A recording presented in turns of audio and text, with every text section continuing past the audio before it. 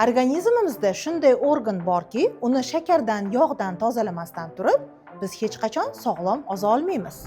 Bu jigar. Organizmda jigar qanday vazifalarni bajaradi, uni buzilishi qanday kasalliklarga olib keladi va uni tuzatish orqali biz qanday natijalarga erishishimiz mumkin.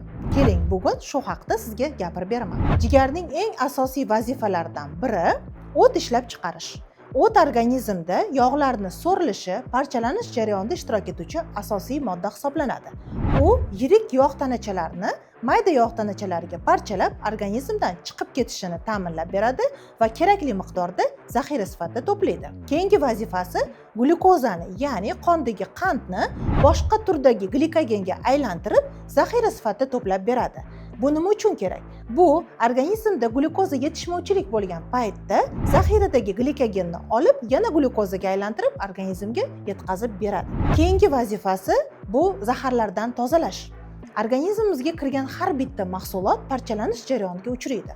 Parchalanish jarayonida oraliq mahsulot, yakuniy mahsulot sifatida zaharli moddalar ishlab chiqariladi, ya'ni parchalanish qoldiqlari desak ham bo'ladi. Ushbu qoldiqlar jigar orqali zararsizlantiriladi. Shuning uchun ham organizmni tozalovchi katta yirik bir filtr degan xulosa ham beriladi. Jigarni yana bir eng muhim xususiyatlaridan biri oqsil hamda yog'larni almashinuvda ishtirok etadi. Ya'ni oqsillarni aminokislotalarga parchalab, ulardan keyinchalik boshqa bir strukturaga ega bo'lgan hosilalarni hosil qilish uchun xizmat qiladi va yog'larni parchalashda ishtirok etib, ortiqcha yog'larni organizmdan chiqarib yuboradi. Jigar undan tashqari biz uchun foydali bo'lgan turli xildagi minerallar hamda vitaminlarni o'zida saqlab, zaxira sifatida to'playdi. Bu qaysi vitaminlar?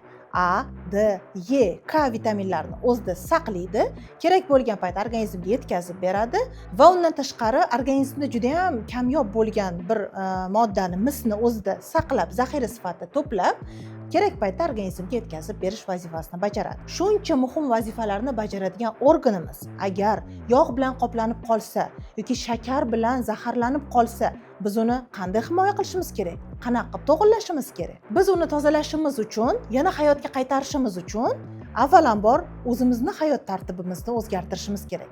To'g'ri ovqatlanishga amal qilishimiz hamda turli xildagi transjirlardan iborat bo'lgan bizga zararli bo'lgan yog'larni iste'mol qilmasligimiz, har xil qayta ishlangan mahsulotlardan tayyorlangan oziq-ovqat mahsulotlarini iste'mol qilmasligimiz, kundalik hayot tartibimizga piyoda yurish, yengil mashqlar, kardio mashqlar hamda detoksikatsiya amaliyotlarini bajarib turishimiz kerak.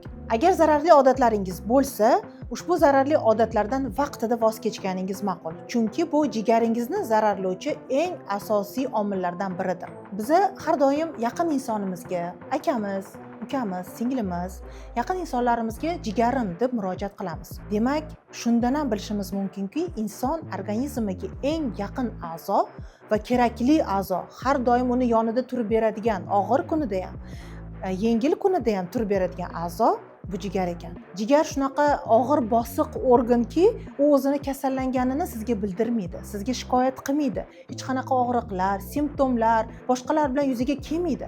Shuning uchun ham biz jigarimizni zararlanganini faqatgina maxsus bir tekshiruvlardan o'tgandagina bilib qolishimiz mumkin.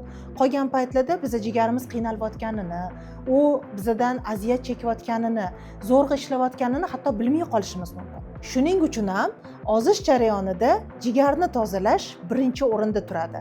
Jigaringizni asrang.